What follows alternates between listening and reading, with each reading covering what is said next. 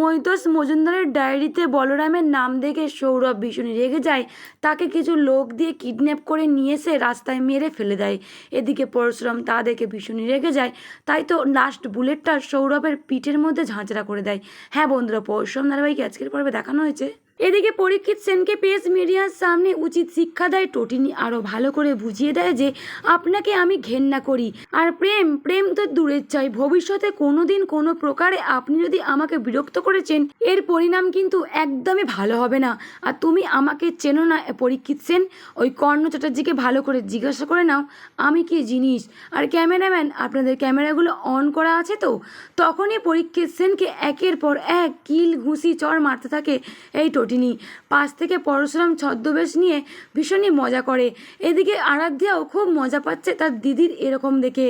ওদিকে পরীক্ষিত সেনকে মার খেতে দেখে কর্ণ চ্যাটার্জি কবির ভীষণই রেগে যায় টটিনির ওপর। কিছুই তারা বলতে পারছে না, শুধু ফ্যাল করে তাকিয়ে আছে। যেমন দুর্গার হাতে বধ হয়েছিল ওই অসুর, আজকে টটিনির হাতে বধ হবে এই পরীক্ষিত সেন। গোটা মুখার্জি বাড়ি ভীষণই খুশি। পাশ থেকে নন্দিনী মুচকে মুচকে হাসছে ও টটিনির মা।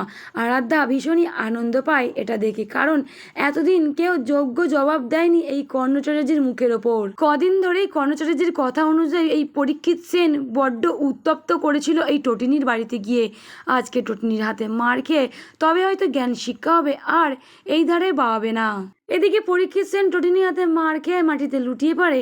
ঠিক তখনই ওয়েটারকে ডাকে এই টটিনি। ওয়েটার সেজে আসে পরশুরাম ড্রিঙ্কস হাতে নিয়ে।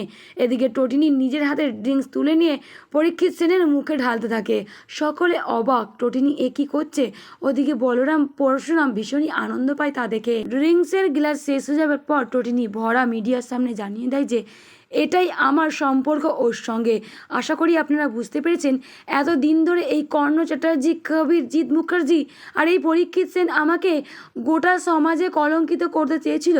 এমনকি স্পেশাল ব্রাঞ্চের অফিসার সৌরভকে দিয়ে আমাকে রং নাম্বারে ফোন করিয়ে তুলে আনতেও চেয়েছিল এই পরীক্ষিত সেনের বিছানায় ফেলবে বলে। তা হলো না। এই কর্ণ চ্যাটার্জি একজন খারাপ একটি মানুষ। আপনারা যে দেখতে পাচ্ছেন এই মহান ব্যক্তিটি কর্ণ চ্যাটার্জি, উনি হলেন একজন ক্রিমিনাল, দাগি আসামি। কারণ দেখতে পাচ্ছেন আমাকে, আমি হলাম 2 সন্তানের মা। আমাকে কলঙ্কিত করার জন্য এই পরীক্ষিত সেনকে টাকা দিয়ে আমার পেছনে লেলিয়ে দিয়েছিল এই কর্ণ চ্যাটার্জি। ওর সঙ্গে আছে আমার ছোটকা জিৎ মুখার্জি। কেঁচো খুলতে কেউটো বেরিয়ে যায়। নিজেই প্রেস মিডিয়া ডেকেছিল টটিনিকে কলঙ্কিত করার জন্য, গোটা সমাজে ছড়িয়ে দেওয়ার জন্য।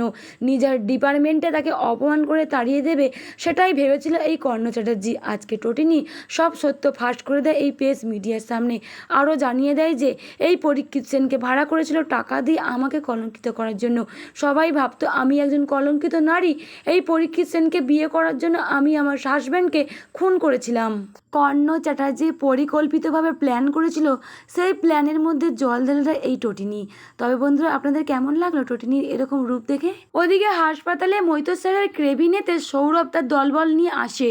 এসে উত্তপ্ত করে মৈতোষ স্যারকে, আর একটা খাতা পেন তার হাতে দিয়ে বলে, বলুন স্যার, ওই রাত্রে আপনাকে কে মারতে এসেছিল আপনার অফিসের মধ্যে?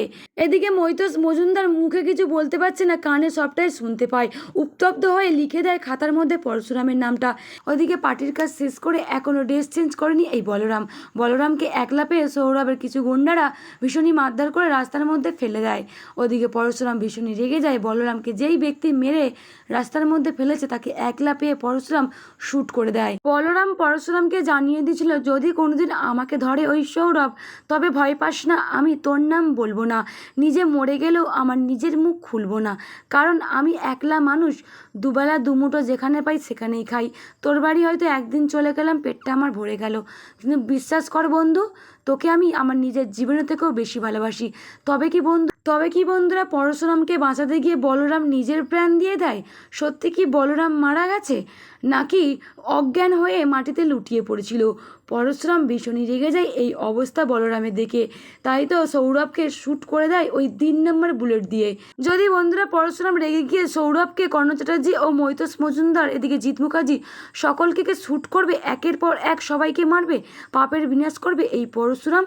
আপনাদের কেমন লাগবে দেখতে অতি অবশ্যই কমেন্ট করে জানাবেন। সকলকে ধন্যবাদ।